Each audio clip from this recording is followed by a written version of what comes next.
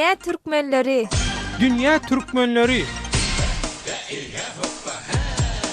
Gepleýär Azatlyk Radiosu. Salam, mehriban dogunlar. Azatlyk Radiosunyň dünýäniň dürli ýerinde ýaşaýan, işleýän we okuyan türkmen diasporasy baradaky Dünya Türkmenleri adly hepdelik dowamly gepleşiginiň nowatdaky sanyna başlaýar. Gepleşigi taýýarlap hem alyp barýan men Döwlet Baýhan.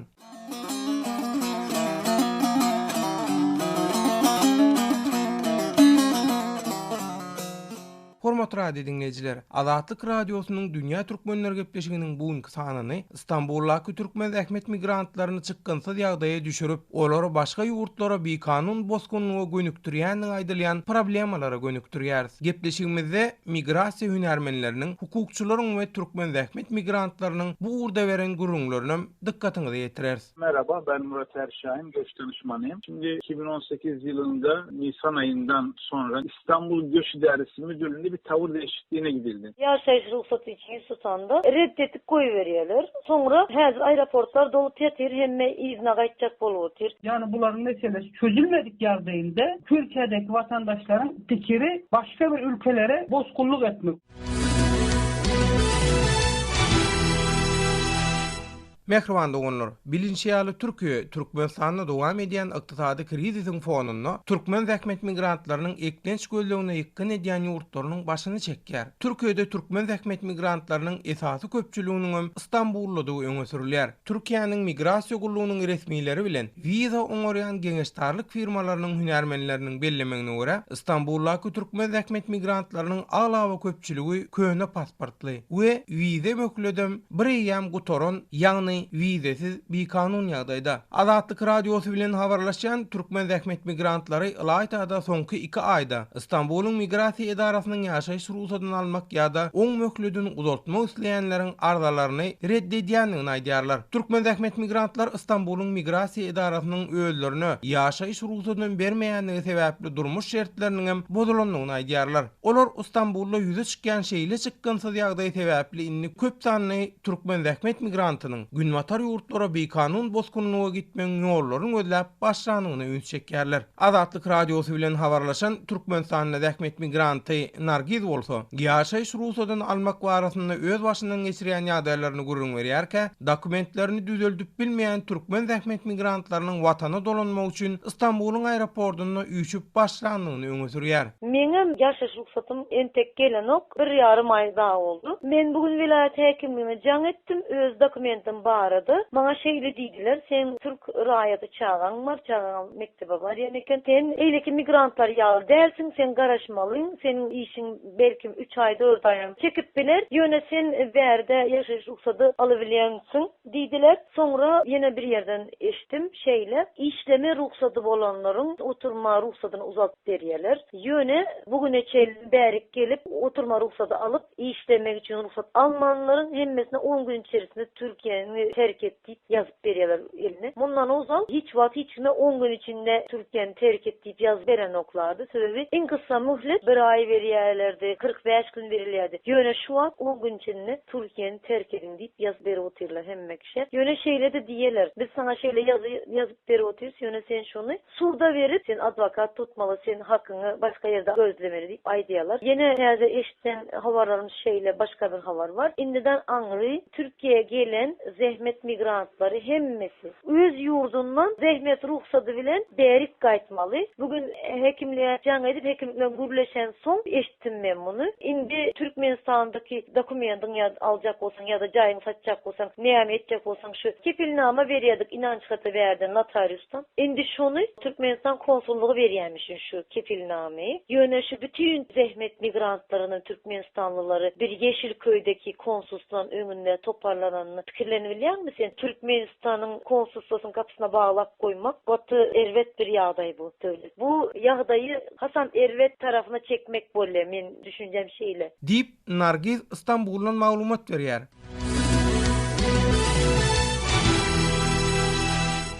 gepleýär Azatlyk radiosu. Hormatly radio dinleyijiler, Azatlyk radiosu bilen gurrundaş bolan Istanbuldaky Türk Permit adly hukuk geňeşdarlygy firmasynyň başlygy hukukçy Murat Erşahinam Türkmenistanda zähmet migrantlarynyň redaksiýamyza ýetirýän maglumatlarynyň dogrudygyny tasdiklap, bu urda soňky günlerde duş gelýän problemalary öz praktikasyna salgylanyp şeýle gurrun berýär. İstanbul Göç İdaresi turizm amaçlı verilecek olan ikamet izinlerinde bir kota uygulaması getirdi. Bunun için turistik amaçlı ikametini pek verme taraftarları değiller. İstanbul'un Migrasiýa Edarasy aprel aýyndan soň migrantlar baradaky tutumyny üýtgetdi. Aslynda daşary ýurtlar baradaky kanunyny we kararlarda hiç gili üýtgeçlik bolmady. İstanbul'un Migrasiýa Edarasy kanunyň özlerine berýän inisiýatiwa bilen turizm maksatly alynýan ýaşaýyş ruhsatnamalaryna çäklendirme girdi. Şoň üçin migrantlara turizm maksatly ýaşaýyş ruhsatyny bermegi göňünemeýärler. Turist höküminde ýaşaýyş ruhsatnamasyna ýüz tutýan Türkmenistanly migrantlaryň ýarsyna owalan ýaşaýyş ruhsatnamasy bolup oň möhledini uzatmak isleýänleriň bolsa 100-90 götermine oňaýsız jogap berýärler. Bu bolsa türkmen migrantlaryny diýsen çykkansyz ýagdaýa düşürýär. We soňky günlerde mundan näile bolýanlar dogrudan hem köpelýär. İstanbul'un Migrasiýa Edarasy migrantlaryň turizm maksatly ýaşaýyş ruhsatnamasyny dälle, eýsem zähmet,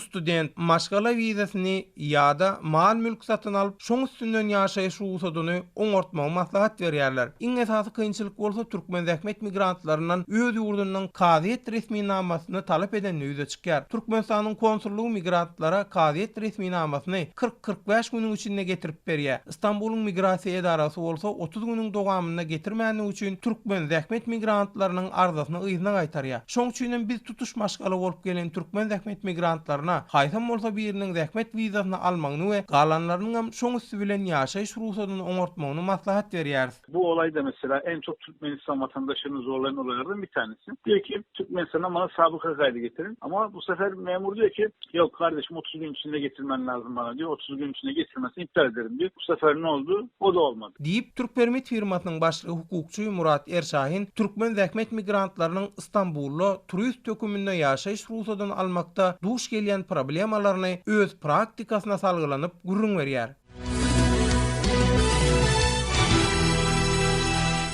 Hormatly radio dinleyijiler, siz Azatlyk radiosynyň Dünýä Türkmenleri gepleşiginiň Istanbuldaky türkmen zähmet migrantlaryny çykgynsyz ýagdaýa düşürip, olary başga ýurtlara bir kanun boskunyny gönükdirýänini aýdylýan problemalar baradaky sany dinleýärsiňiz. Azatlyk radiosy bilen gurrundaş bolan Istanbulda ýaşaýan aktivist Rozway bolsa, türkmen zähmet migrantlarynyň ýaşaýyş ruhsatyny almakda çekýän kösünçlükleriniň olary Türkiýany terk edip, bir kanun ýollan günwatar ýurtlara boskunyny gönükmäge mejbur edýän öňe sürýär. Göç İdarasyndaky aprel aýyndan beri daşary ýurtlar arasynda çykan şu mesele esasen şu Türkmenistanly we Özbegistan ýani Orta Asya'dan gelen raýatlar üçin beýle bir täze karar kabul edildi. Bir kanun ýagdaýdy. Şu taýda kalıp ýaşamasyna bularyň özleri hatda vatandaşlary mejbur edýärler ýani. Araçlar bilen arasynda düşünüşmen bir topar galmagal ýa goh bir-birine näme çykar köýler. Ondan soň olaram bolsa näme? Aý men sende Göç İdarasyna eltdim ana kulum köýdü. Meniň ediljek işim yok. Karas adamlar yani raýatlarymyz nire başvurjany bilmän hazır meselesine bir çözüm tapjak bolýarlar. Eger bu çözüm tapylmadyk ýagdaýynda da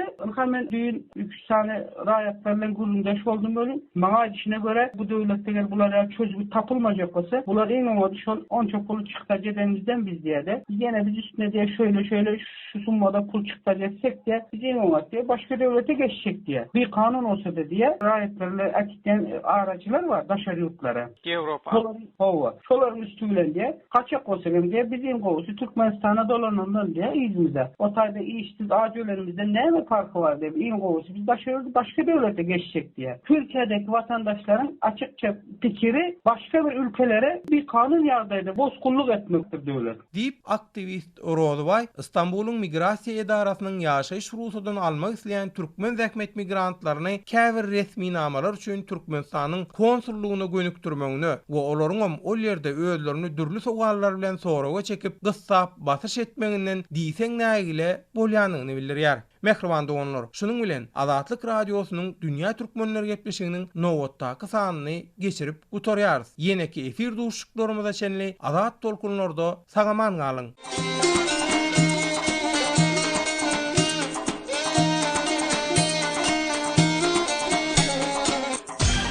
Dünýä Türkmenleri Dünya Türkmenleri